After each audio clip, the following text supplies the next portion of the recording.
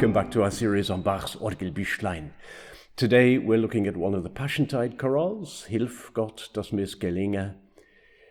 This is rather a quirky hymn in its way. It tells the whole narrative, verse by verse, from the Last Supper through the crucifixion, Good Friday, and the events following, so Easter Day, the resurrection, and then Ascension and Pentecost, one verse at a time. One of the slightly odd things about the hymn is, of course, that it's 13 verses. If you take the first letter of each verse, they spell out the word Heinrich Müller. The hymn itself was written by, of course, Heinrich Müller, while he was imprisoned by the Duke of Saxony in 1531. And the first verse begins as a prayer that the author will be able to get his verses to rhyme, and ends with the line, hat Heinrich Müller gesungen in dem Gefängnis sein. In other words, that Heinrich Müller sang while in prison. So it's a very personal message.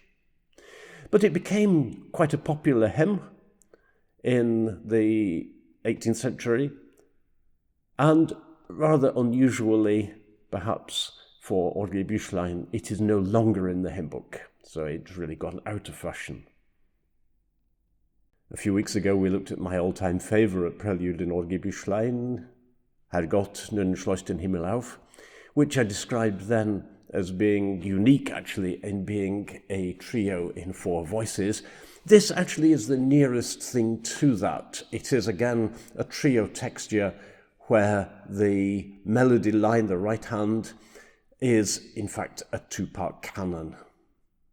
It's the left hand that really defines this piece. It sweeps in these enormous scales from an octave and a half below the chorale melody up to an octave plus above it, just in the space of a couple of bars, for example, in bars 3 to 4, and again in the repeated bit in bars 7 to 8. It obviously has to be played on 2 manuals to avoid collisions between the hands, and Bach marks it as such, which again, incidentally, makes it slightly remarkable that Bach doesn't mark 2 manuals for Herr Gott, nun schloss den Himmel auf, as we talked about in that episode.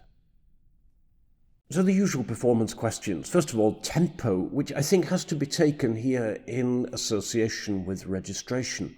There are 2 different ways of playing the piece, 2 different ways of thinking about it.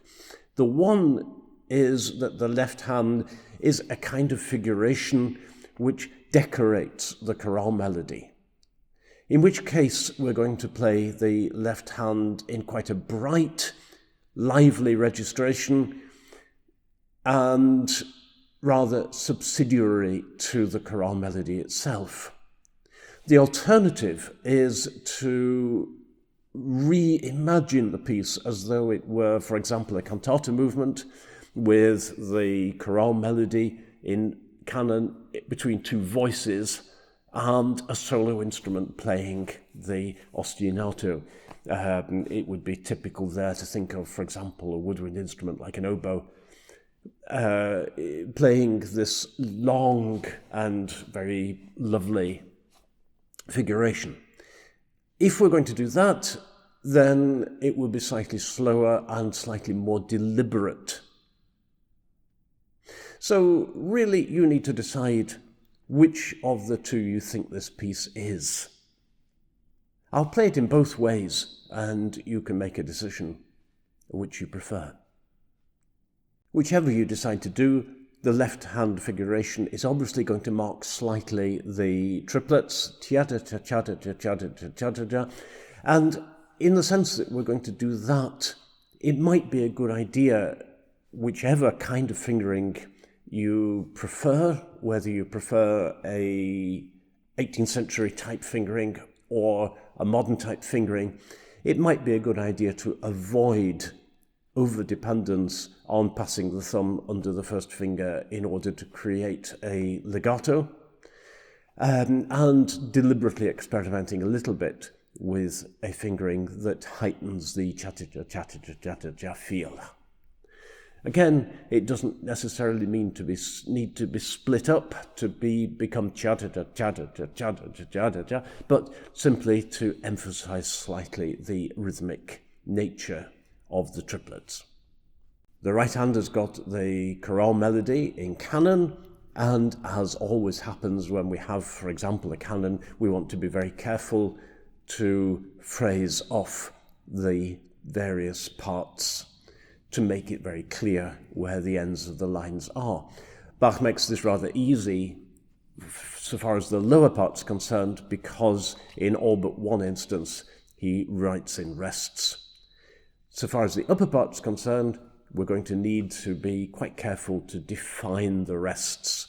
And as I've said before, I always suggest to students and to myself that I actually write in exactly where I'm going to lift the parts in order to be able to focus on other things while I'm playing. And as we've said before, I suggest accommodating 2s against 3s into the triplet figuration for the reasons that we've gone into in other episodes.